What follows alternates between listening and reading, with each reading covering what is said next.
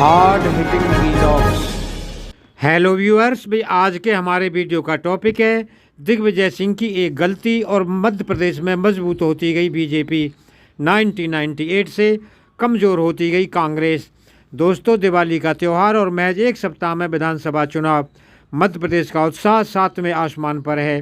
राज्य में दशकों की परंपरा जारी है और मुकाबला एक बार फिर भारतीय जनता पार्टी और कांग्रेस में सीधा नजर आ रहा है। बहरहाल मध्य प्रदेश को भाजपा का गढ़ कहा जाता है, लेकिन अगर इतिहास के पन्नों में देखें तो भगवा दल को राज्य में मजबूत करने में कांग्रेस और ख़ास तौर से पूर्व मुख्यमंत्री दिग्विजय सिंह की बड़ी भूमिका मानी जाती है। 2003 में भाजपा की एमपी शासन में एंट्री हुई थी।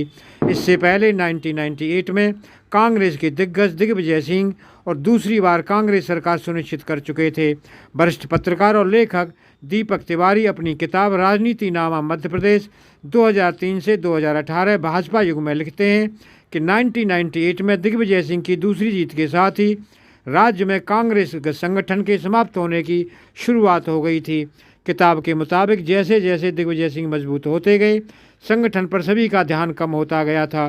चूँकि प्रदेश कांग्रेस अध्यक्ष सरकार के पिछलग्गू हो गए थे, इसलिए पूरा संगठनात्मक ढांचा चरमरा गया। आगे बताया गया कि कांग्रेस की सरकार बनने के बाद राज्य में नगरीय निकाय चुनाव होने थे और इनके टिकटों को लेकर कांग्रेस में गुटबाजी के कारण बहुत खींचतान हुई थी। तिवारी अपनी किताब में बताते हैं कि कांग्रेस में खींचतान के बीच दिग्विजय सिंह ने फ्री फॉर ऑल का फार्मूला अपनाया था। किताब के अनुसार यानी पार्टी ने किसी को टिकट नहीं दिया और कहा कि जिसको भी चुनाव लड़ना है लड़ ले। इससे कांग्रेस कार्यकर्ता एक दूसरे के खिलाफ चुनाव लड़ने लगे। दोस्तों, कहा जाता है कि इसी फैसले के बाद भाजपा के मजबूत होने की शुरुआत हो गई थी। तिवारी लिखते हैं, ऐसा करने से भाजपा के हजारों कार्यकर्ता पार्षद और नगरीय चुनावों में पहली बार प्रतिनिधि बन गए। भाजपा को इतने विस्तृत रूप में अपनी जड़ें जमाने का मौका पहली बार मिला था। इसके बाद कांग्रेस पार्टी कभी कोई बड़ा चुनाव मध्य प्रदेश में नहीं जीत पाई। दोस्तों, किताब के अनुसार गुटबाजी के चक्कर में फ्री फॉर ऑल करना कांग्रेस की सबसे बड़ी भूल थी। ये भूल इतनी भारी पड़ी कि पार्टी में कार्यकर्ता समाप्त हो गए, केवल नेता बचे। जिलों में जितने कार्यकर्ता बचे वे गुटी नेताओं के समर्थक बनकर रह गए।